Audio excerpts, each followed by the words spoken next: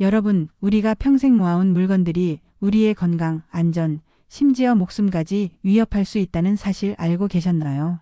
지난해 소방청 통계에 따르면 65세 이상 독거노인 중 생활 속 물건으로 인한 사망사고가 168건이나 발생했다고 합니다. 화재, 낙상, 감염 모두 오래 모아둔 물건들이 원인이었습니다. 노후 인사이드입니다. 영상 시작하기 전에 구독과 좋아요 버튼을 눌러주세요. 여러분의 응원이 큰 힘이 됩니다. 경기도 용인시에 사는 65세 박지혜 씨 사연을 말씀드려 볼게요. 40년 넘게 초등학교 교사로 일하다 은퇴한 평범한 할머니예요. 제가 이 위험성을 깨달은 것은 끔찍한 경험 때문이었어요. 3년 전 화재 경보기 소리에 놀라 잠에서 깼습니다. 베란다에서 연기가 피어오르고 있었어요. 당황해서 현관문을 열려고 했지만 현관 앞에 쌓아둔 물건들 때문에 문이 제대로 열리지 않았어요. 그 순간 이렇게 죽는구나 하는 생각이 들었습니다. 다행히 화재는 작은 규모였고 무사히 탈출했지만 그날 이후 제 삶은 완전히 바뀌었어요. 그동안 소중히 모아뒀던 물건들이 사실은 제 목숨을 위협하는 위험 요소였다는 사실을 깨달았거든요. 어쩌면 제 이야기가 과장된 것처럼 들리실 수도 있겠죠. 저도 처음엔 그렇게 생각했어요. 그런데 의사 선생님께 들은 이야기가 정말 충격적이었습니다. 박 선생님, 65세 이상 노인의 가정 내 사고 사망률이 교통사고보다 3배 높습니다. 그 원인 중 70%가 집안에 쌓아둔 물건들 때문이에요. 실제로 요즘 뉴스를 보면 고령자 집 화재, 노인 낙상사고, 노인 호흡기 질환이 끊임없이 보도되고 있잖아요. 그런데 이런 사고들 대부분이 우리가 평생 아껴온 물건들이 원인이라니 믿기 힘들지 않으세요? 지난달 제 40년 지기 친구 김영숙 씨는 10년간 모아둔 신문지에 걸려 넘어져 고관절이 부러졌어요. 수술 후 병실에서 울면서 제게 말했죠. 지혜야, 내가 평생 모아온 게 결국 날 병원에 눕힐 줄 누가 알았겠니? 영숙 씨는 아직도 제대로 걷지 못하고 있어요. 또 우리 아파트 옆동에 사시던 박 할아버지는 10년 넘게 쓰던 전기장판에서 화재가 나 모든 것을 잃었어요. 다행히 목숨은 건지셨지만 60년 모은 추억이 한순간에 제가 되었죠. 가장 가슴 아픈 건 그 화재가 단 몇만 원짜리 새 전기장판으로 예방할 수 있었다는 사실입니다. 한 유명 대학병원 연구에 따르면 오래된 물건에서 나오는 미세먼지와 곰팡이, 포자는 노인 폐렴의 주요 원인 중 하나라고 해요. 폐렴은 65세 이상 사망 원인 4위인데 이게 우리가 평생 아끼던 물건들 때문일 수 있다니 생각만 해도 소름이 돋지 않나요? 여러분은 아직 괜찮으실지 모르지만 우리 나이엔 위험이 언제 찾아올지 모릅니다. 제 친정어머니도 건강하셨지만 갑자기 쓰러지셨을 때 119 구급대원이 집안에 쌓인 물건들 때문에 구조가 지연되어 골든타임을 놓쳤다는 말을 듣고 평생 후회하고 있어요. 오늘 제가 이야기할 나이 들어 꼭 버려야 할 물건 11가지는 단순한 정리정돈 팁이 아닙니다. 이건 우리의 건강과 생명을 지키는 생존 가이드입니다. 이 영상을 끝까지 보시면 어쩌면 여러분의 남은 인생이 완전히 달라질 수도 있어요. 자녀들에게도 꼭 공유해 주세요. 그들도 알아야 합니다. 첫 번째, 오래된 전기 제품과 충전기. 여러분, 충격적인 통계 하나 알려드릴게요. 지난해 65세 이상 노인 가구 화재의 27%가 오래된 전기 제품이 원인이었다고 합니다. 제 서랍을 열어보니 20년 동안 모은 각종 충전기와 전선이 뒤엉켜 있었어요. 어떤 것은 피복이 벗겨져 구리선이 드러난 채로요. 이게 뭐가 위험하겠어? 라고 생각하셨나요? 저도 그랬어요. 그런데 소방서에서 들은 이야기가 정말 충격적이었어요. 오래된 충전기에서 발화한 화재로 한 밤중에 목숨을 잃은 노부부 이야기였죠. 또 전기기사로 일하는 제 조카는 이렇게 말했어요. 이모 5년 이상 된 충전기는 다 버리세요. 내부 절연체가 약해져서 언제든 합선될 수 있어요. 작년 추석 오랜만에 온 딸이 제 침실 콘센트를 봤는데 충전기가 5개나 꽂혀 있더래요. 엄마, 이러다 큰일 나요. 라고 말했을 때 처음으로 위험을 실감했어요. 오래된 충전기, 코드가 낡은 전기장판, 먼지 쌓인 드라이기, 오래된 멀티탭. 이런 것들은 지금 당장 뽑아서 버리세요. 여러분의 생명을 위협하는 시한폭탄과 같습니다. 충전기는 현재 사용 중인 기기의 것만 남기고 나머지는 모두 전자제품 수거함에 버리세요. 전기장판은 5년, 멀티탭은 3년이 지나면 교체하는 것이 안전합니다. 두 번째, 쌓아둔 신문과 종이류. 제 친구 영숙 씨 이야기를 더 들려드릴게요. 그녀는 30년간 모은 신문과 잡지를 집 구석구석에 쌓아두었어요. 언젠가 필요할지 몰라라는 이유였죠. 어느 날 밤 화장실에 가던 중 그 신문 더미에 발이 걸려 넘어졌어요. 고관절이 부러져 수술을 받고 3개월간 병원 신세를 졌습니다. 더 무서운 건 의사가 이런 낙상으로 돌아가시는 노인분들이 많다고 말했다는 거예요. 낙상은 65세 이상 노인의 주요 사망 원인 중 하나입니다. 게다가 쌓인 종이는 화재 시 순식간에 불길이 번지게 만들어요. 소방서에서는 이런 종이 저장 과정을 특히 위험한 곳으로 분류한대요. 신문은 일주일, 잡지는 한 달 이상 지난 것은 과감히 버리세요. 중요한 기사는 사진으로 찍어두거나 오려서 스크랩북에 정리하면 돼요. 요즘은 스마트폰으로 모든 정보를 찾을 수 있어요. 제가 작년에 10년치 신문을 버렸더니 거실이 2배로 넓어진 것 같았어요. 그리고 정말 중요한 건 더 이상 물건에 걸려 넘어질 위험이 없어졌다는 거예요. 세 번째, 유통기한 지난 약품. 여러분, 집에 있는 약상자를 열어보신 적 있으세요? 저는 지난달에 약상자를 정리했는데 15년 전 처방받은 항생제가 그대로 있더라고요. 의사인 제 조카 며느리가 말하길, 어머님, 유통기한이 지난 약은 독이 될 수 있어요. 특히 항생제, 혈압약, 당뇨약은 성분이 변해서 심각한 부작용을 일으킬 수 있어요. 한 연구에 따르면 65세 이상 노인의 42%가 유통기한이 지난 약을 복용한 경험이 있다고 해요. 더 충격적인 건 그중 일부는 병원에 실려갔다는 거예요. 제 이웃 할머니는 10년 된 소화제를 드시고 심한 복통으로 응급실에 가셨어요. 알고 보니 약 성분이 변질되어 위장 점막을 손상시켰던 거예요. 약은 반드시 6개월마다 점검하세요. 유통기한이 지난 약, 색이나 냄새가 변한 약, 처방받은 이유를 기억하지 못하는 약은 즉시 폐의약품 수거함에 버려야 합니다. 절대로 약을 변기에 버리거나 일반 쓰레기와 함께 버리면 안 돼요. 물에 녹아 환경을 오염시키고 결국 그 물질이 우리에게 돌아옵니다. 네 번째, 오래된 화장품과 세면용품. 화장대를 열어보세요. 3년 전 선물 받은 고급 화장품, 5년 넘게 쓰는 파우더, 언제 샀는지도 기억 안 나는 립스틱이 있지 않나요? 피부과 의사들은 오래된 화장품이 피부 감염과 알레르기의 주요 원인이라고 말합니다. 특히 65세 이상은 피부가 얇아지고 면역력이 떨어져 더 취약해요. 충격적이지만 개봉한 마스카라는 3개월 후에는 95%가 세균에 오염된다는 연구 결과가 있어요. 그 세균이 눈에 들어가면 심각한 감염을 일으킬 수 있습니다. 제 친구는 10년 된 아이섀도를 계속 사용하다가 심한 눈 감염으로 일주일간 병원 치료를 받았어요. 의사는 오래된 화장품 속 세균이 원인이라고 했대요. 화장품 유통기한을 확인하세요. 대부분의 화장품은 개봉 후 6개월에서 1년이 지나면 버려야 합니다. 특히 눈과 입에 사용하는 제품은 더 자주 교체해야 해요. 화장품을 버릴 때는 내용물을 완전히 비우고 용기를 씻어서 일반 쓰레기로 버리세요.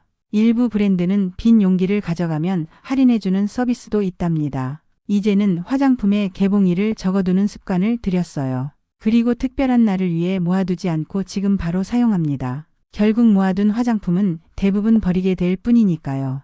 다섯 번째, 오래된 플라스틱 밀폐 용기. 부엌 찬장을 열어보면 각종 플라스틱 통들이 가득하지 않나요?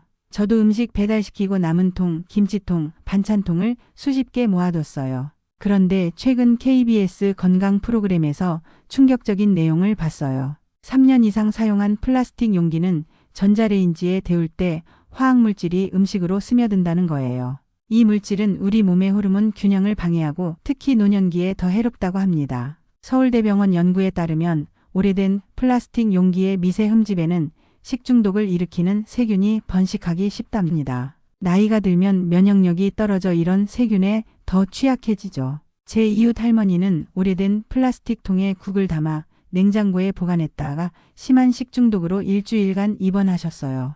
의사는 오래된 용기의 세균 때문이라고 했대요. 플라스틱 통을 정리하세요. 3년 이상 된 것, 긁힘이 많은 것, 색이 변한 것은 버려야 합니다. 특히 열에 자주 노출되는 용기는 더 자주 교체해야 해요. 그리고 가능하면 유리나 스테인리스 용기로 바꾸는 것이 건강에 좋아요. 통을 버릴 때는 깨끗이 씻어서 라벨을 떼고 플라스틱 분리수거함에 넣으세요. 환경을 생각하는 작은 실천이랍니다. 여섯 번째, 오래된 부엌 스펀지와 행주. 이제 주방으로 가볼까요? 싱크대 옆에 있는 스펀지 얼마나 오래 사용하셨나요? 미국 애리조나 대학 연구진은 주방 스펀지가 변기보다 700배 많은 세균을 보유하고 있다고 밝혔어요. 한 조각의 스펀지에 약 45억 개의 세균이 살고 있다는 충격적인 사실. 특히 65세 이상은 이런 세균에 의한 식중독, 위장염에 더 취약합니다. 심각한 경우 사망까지 이를 수 있어요. 제 여동생은 한 달간 사용한 스펀지로 설거지를 하고 그릇에 샐러드를 담아 먹었다가 중증 설사로 병원에 실려갔어요. 의사는 스펀지 속 살모넬라균이 원인이라고 했대요. 건강을 위해 스펀지는 2주마다, 행주는 매일 삶아서 소독하고 한 달에 한 번은 새 것으로 교체하세요. 스펀지는 전자레인지에 1분간 돌리면 세균의 99%를 죽일 수 있어요. 또한 식기용 스펀지와 싱크대 청소용 스펀지는 반드시 구분해서 사용하세요. 색깔로 구분하면 쉽답니다. 버린 스펀지는 일반 쓰레기로 면 행주는 깨끗이 세탁한 후 헌옷 수거함에 버리면 됩니다. 7번째, 오래된 신발과 가방. 신발장을 열어보세요. 10년 넘게 신지 않은 구두, 굽이 다른 신발, 변형된 운동화가 있지 않나요? 정형외과 의사들은 오래된 신발이 노인 낙상의 주요 원인이라고 말합니다. 접착제가 약해져 갑자기 밑창이 떨어지거나 불균형한 굽이 균형 감각을 방해하기 때문이죠. 충격적인 통계를 알려드릴게요. 65세 이상 노인의 낙상 사고 중 22%가 부적절한 신발 착용이 원인이며 이로 인한 고관절, 골절은 30%가 1년 내 사망으로 이어진다고 합니다. 제 시어머니는 10년 된 실내화를 신고 계시다가 밑창이 갑자기 떨어져 넘어지셨어요. 고관절 수술 후 6개월 동안 침대에 누워 계셨고 결국 폐렴으로 돌아가셨습니다. 무거운 가방도 위험해요. 한쪽으로 치우친 무게는 척추를 변형시키고 허리 디스크를 악화시킵니다. 나이 들수록 근육이 약해져 이런 문제가 더 심각해져요. 1년 이상 사용하지 않은 신발과 가방은 과감히 기부하세요. 신발은 2년에서 3년마다 교체하는 것이 안전합니다. 특히 실내화 운동화는 더 자주 바꿔야 해요. 상태가 좋은 신발과 가방은 지역 복지관에 기부하면 취업준비생이나 형편이 어려운 분들에게 큰 도움이 됩니다. 8번째, 사용하지 않는 주방 가전제품. 주방 구석구석을 살펴보세요. 에어프라이어, 전기판, 와플메이커, 토스터기. 얼마나 자주 사용하시나요? 홈쇼핑에서 충동 구매했거나 자녀들이 선물한 가전제품들 대부분 몇 번 사용하다가 찬장 깊숙이 들어가 버리죠. 이런 가전제품들은 귀중한 공간을 차지할 뿐만 아니라 오래되면 안전 문제도 생깁니다. 한국소비자원에 따르면 10년 이상 된 소형 가전제품의 화재 위험은 새 제품보다 8배 높다고 해요.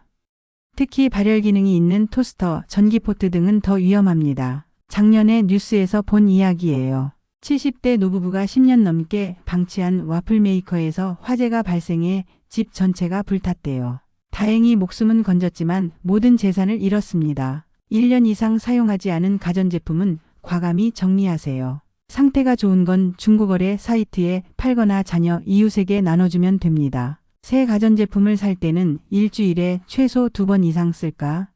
라고 자문하세요.